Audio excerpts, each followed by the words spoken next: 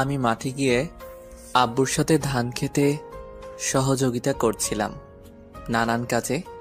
তখন কিছুটা দূর দিয়ে আমাদের এক প্রতিবেশী লোক যাচ্ছিল। তখন লোকটা থেমে আমায় ডাকলো। আমি কাছে গিয়ে সালাম দিলাম। লোকটা সালামের উত্তর নিয়ে জিজ্ঞেস করলো, তুমি রফিক মিয়ার ছেলে নীরব না? চাচা, আমি নীরব। তুমি লেখাপড়া ছেড়ে এই খেতে কাজ করছো কেন? চাচা, আব্বুর তো বয়স হয়ে গেছে। মাসে 30 দিনের মাঝে 25 দিন অসুস্থ থাকে আর 5 দিন সুস্থ। এই জমিটা দেখার মতো কেউ নেই, আর তাই আমি এই জমিটা দেখে রাখার দায়িত্ব নিয়েছি। আর লেখাপড়া না করলেও চলবে, এই জমিতে কাজ করে আব্বু আম্মুকে নিয়ে বাকিটা জীবন চালাবো। খুব ভালো কাজ করছো, কিন্তু তার পাশাপাশি লেখাপড়া করাটা দরকার ছিল। তা তুমি কতদূর পর্যন্ত লেখাপড়া করলে? আমি মাত্র ইন্টারে উঠলাম, ভর্তি হইনি এখনো। তখন লোকটা আমার আব্বুকে ডাকতে লাগলো। কাছে আসার পর লোকটা আমার আব্বুকে সালাম দিল আর বলল, কেমন আছেন রফিক মিয়া?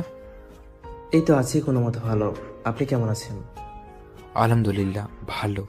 আপনার ছেলেটা খুব ভালো, এত অল্প বয়সে আপনার সব দায়িত্ব নিয়ে নিল। কিন্তু আপনার ছেলেকে লেখাপড়া ছাড়তে বলবেন না, এই ক্ষেতের কাজের পাশাপাশি লেখাপড়া চালিয়ে যেতে বলবেন। আমি চেয়েছিলাম আর একটু লেখাপড়া করতে, কিন্তু আমাদের সংসার চলতে কষ্ট হয়, তাই লেখাপড়া আপাতত বন্ধ করে দিয়েছি। শুনেন রফিক মিয়া, কষ্ট করে ছেলেটাকে লেখাপড়া করান, দেখবেন আপনার ছেলে বড় হয়ে কিছু একটা করতে পারবে। ঠিক আছে, দোয়া করবেন আমার ছেলেটার জন্য। দোয়া করি আল্লাহ আপনার ছেলেটাকে যেন ভালো একটা জায়গায় নিয়ে দাঁড় করায়। তারপর লোকটা চলে গেল। যাওয়ার পর আমি আব্বুকে বললাম, আব্বু তুমি বাসায় চলে যাও, অনেক রোদ উঠেছে, বাসায় গিয়ে আরাম করো, আমি আর কিছুক্ষণ পর আসছি। একসাথে যাই, আর একটু কাজ বাকি আছে।